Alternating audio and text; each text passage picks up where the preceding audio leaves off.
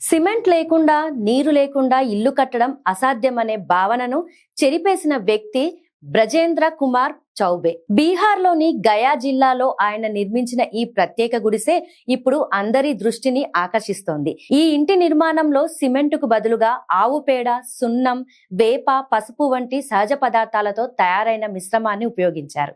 నీటికి బదులుగా గోమూత్రాన్ని వినియోగించడం మరింత ఆసక్తికరం. ఇటుకలను ఈ సహజ పేస్టుతో కలిపి గోడలు నిర్మించగా గోడలకు కూడా మూలికలతోనే ప్లాస్టింగ్ చేశారు. ఈ విధంగా పంచగవ్య సంప్రదాయం నుంచి స్ఫూర్తి పొందినదిగా ఆయన చెబుతున్నారు. ఇల్లు కేవలం నిర్మాణం కాదు, ఆరోగ్యానికి అనుకూలమైన వాతావరణం సృష్టించడమే లక్ష్యమని తెలిపారు. సహజ పదార్థాల వల్ల ఈ ఇల్లు చల్లగా ఉండడం, చెదలు పట్టకపోవడం వంటి ప్రయోజనాలున్నాయని నిపుణులు అభిప్రాయపడుతున్నారు.